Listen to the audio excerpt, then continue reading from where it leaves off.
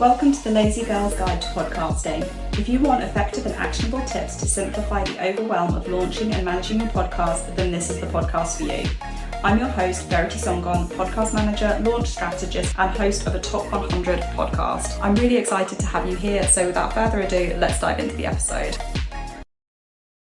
Hello there, and we are back for another Tech Thursday episode, which I'm really excited about. I really hope that you are enjoying these tech reviews every Thursday and are finding them useful to either discover new tech or to delve a little bit into more into the tech that you are already using. In this week's Tech Thursday episode, we are going to be talking about Zencastr. I have mentioned Zencastr several times on this podcast already, but I decided it needed its own episode so that we can delve into it even further. And full transparency, right from the beginning, I am not an affiliate of Zencastr. I don't think they even have an affiliate program at this point in time. I'm purely telling you about Zencastr because I love it so much and I have used it so much in the past. And it could just be another great option for you for remotely recording your interviews, although you can also use it for doing your solo episodes as well. So let's start off with what is Zencastr. In my opinion, it's an absolutely amazing online tool that allows you to record audio remotely. If you've already used a program such as Riverside, you will already be familiar with this kind of idea. It's incredibly similar in how the platform works.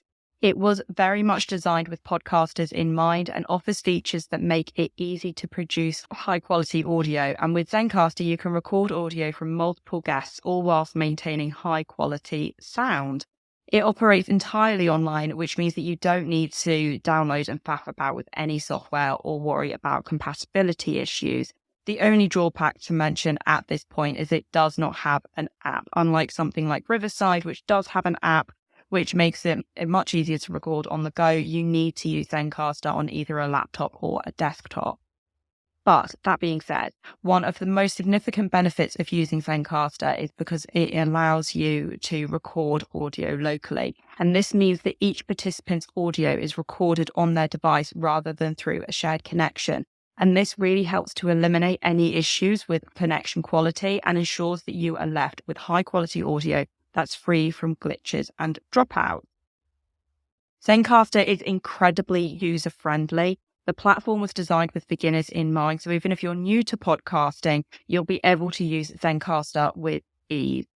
The platform features an intuitive interface, which makes it easy to navigate, and setup is straightforward. Now, talking about pricing, I want to talk about pricing straight away because quite often people are like, oh yeah, these tools are amazing, but how much is it going to cost me? Now, Zencastr has got 4 plans as of May 2023, 2 free and 2 paid. And I personally think that's quite cool. I've never seen anything with 2 different free plans before, which I think, like I said, is quite cool. So they've got their free plan and they've got Creator Plus, which is also a free plan. And it just gives you some additional features. I'm not going to go through every single feature that you get because that's not really what this episode is about, but you do get a lot with the free plan. You can edit, you can get post-production credits, you can make different layouts, you can do audio and video embedding. There's quite a bit that you can do. And then they've also got professional and growth plans if you want to take editing, transcription, and what have you to a higher level. But it just depends if you want to do everything in Zencastr or if you're happy like me using a variety of different programs to get different jobs done. But the point is that you can start off for free. And I have only ever used the free version of Zencastr. However, they do also have a free 14-day trial if you wanted to try one of the paid 4 plans. So that being said, what are some of the benefits of using Zencastr for podcast recording? As I've said, it's mainly to do with the high quality audio production. It really is designed with podcasters in mind, which I think is absolutely fantastic. With Zencastr, you're able to produce audio that's free from glitches and dropouts, which is essential for creating a successful podcast. Another benefit of using Zencastr is it allows you to record from multiple guests, and this is incredibly useful if you have guests like I do on the Confident CEO podcast who are located in different parts of the world, is it eliminates the need for them to be in the same physical location as you. Zencastr allows you to record locally, which helps to ensure that each participant's audio is of the highest quality. Recording locally also means that you have a separate track for each speaker. And this might sound like a lot of work when it comes to editing, but if anything, it actually makes editing easier. When you've got a track per speaker, if a noise appears on someone's track whilst another person is talking, let's say a car alarm goes off, you can edit that out of the person's track and it hasn't affected anyone else's audio. As I said, Zencastr is incredibly user-friendly. The platform was designed with beginners and, most importantly, podcasters in mind. So in short, it is incredibly easy to use, even if you are new to podcasting, and it's got a very intuitive interface as well. The other features to mention for Zencastr is their automatic post-production. They offer a really simple way to produce your episode. The platform automatically levels each participant's audio, removes any background noise, and normalizes volume levels as well. And this helps to ensure that your audio is of the highest quality without requiring any additional post-production work. Personally, I don't use the post-production features when I record in Zencastr. I have used them, but I don't continue to use them. I just did it as a bit of a trial. As I am on the free plan, I only get an hour of post-production credits per month. And because on The Confident CEO, the podcast episodes that I'm recording are around 45 minutes long, the free 1 hour post-production just isn't enough. But I prefer editing in Descript or GarageBand. So for me personally, this is not a deal breaker. Zencastr offers live editing features, which allows you to edit your audio in real time. This can be incredibly useful if you need to make quick edits during the recording process without requiring any additional post-production work. With Zencastr's live editing features, you'll be able to edit your audio as you record, which can help to streamline your production process. Another addition which I love is the ability to pause recording. This is really useful if somebody needs to take a quick break to make a phone call, or take a quick phone call, or take a drink or whatever. There is also, like Zoom, a chat box, which Zencastr has, where podcast participants can chat to each other whilst on a recording. This is super useful if someone has a conversation point that they want to cover, for example. However, if you are using the chat function, do be mindful of where your microphone is or whether or not it's on mute, because you don't want to be picking up and therefore editing out tapping on someone's keyboard. That's just something additional you might want to remember. Zencastr finally has got a virtual green room, which allows you to prepare for your recording session before you begin. The virtual green room allows you to test your audio setup, check your levels of your microphone and your video, if you're recording video, and ensure that everything is working correctly before you begin recording. And this can really help to eliminate any issues with your audio setup, which can save you time and frustration during the recording process. When it comes to preparing for Zencastr recording, I think that preparing for any recording session, really the advice is the same and is similar as I've talked about before on this podcast. First of all, testing your equipment. Make sure that it doesn't matter if it's your first episode or your 101st episode, check your mic, check your headphones, just make sure everything is working. And as I said before, this is from somebody who has recorded, quote unquote, thought they'd recorded entire episodes only to find out that a piece of tech wasn't working or hadn't pressed record or something stupid. Choose a quiet location. When recording with Zencastr, and indeed when recording for anything for your podcast, it's essential to choose a quiet location with minimal background noise. This will help to ensure that your audio is of the highest quality without that unwanted background noise.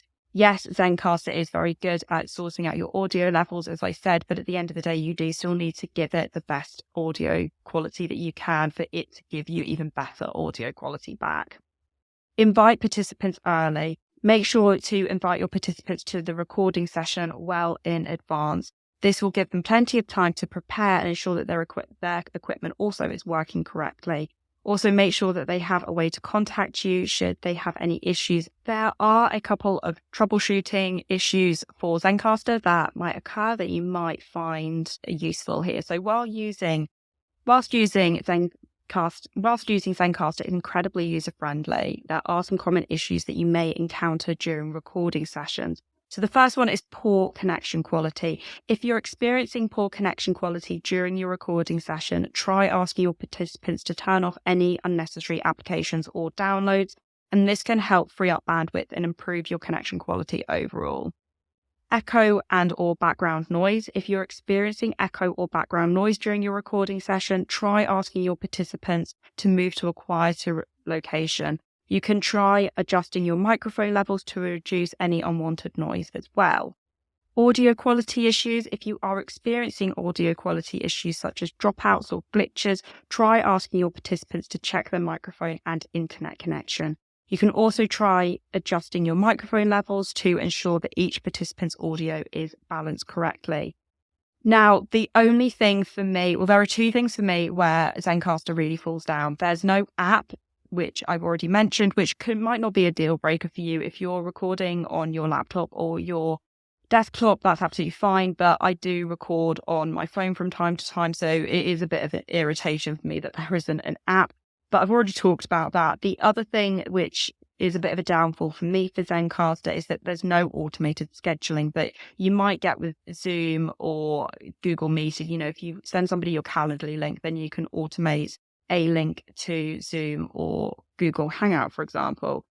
It's not the biggest deal breaker. However, it does mean that there is just an additional step that when somebody books in a time with you to record using Zencastr, then you do need to make sure that you send them the link for Zencastr. As I said, it's not the biggest downside to the platform, but if you're an automation junkie like me, then you'll probably find it a little bit irritating. However, I think, in my opinion, Zencastr's got many other fantastic recording capabilities and features, so I'm kind of willing to overlook this.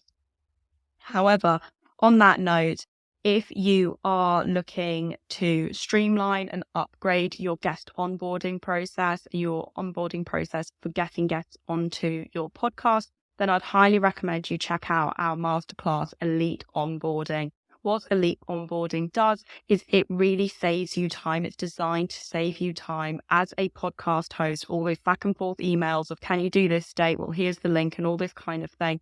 It puts in place a smooth process. That means that when you sit down to record, you have got all of the information that you need to just go ahead and record with your guest. It also helps your whole onboarding process seem really professional for any guests that are coming onto your podcast. I have had so much feedback and positive comments, positive feedback about the process that I teach in Elite Onboarding. It's a short masterclass and it is the onboarding process that I devised myself and I have been using throughout the lifespan of the Confident CEO podcast. As I said, I've got great reviews on the onboarding process, great reviews on the masterclass as well. So do check that masterclass out in the show notes. It is amazing how much time, once you've got this process in place, it's amazing how much time you will save yourself with the whole onboarding process of having guests on your podcast. So do check that out. Otherwise, I hope that you have found this episode useful. I hope you have found it enjoyable, and I will see you next episode. Thank you for tuning in to another episode of the Lazy Girl's Guide to Podcasting. If you loved this episode, I think you'll love being on my email newsletter list, where I send out weekly podcasting tips to help you create, host, and grow a podcast that you love. To join, go to veritysongon.com/newsletter or hit the link in the show notes. Until next time, happy podcasting.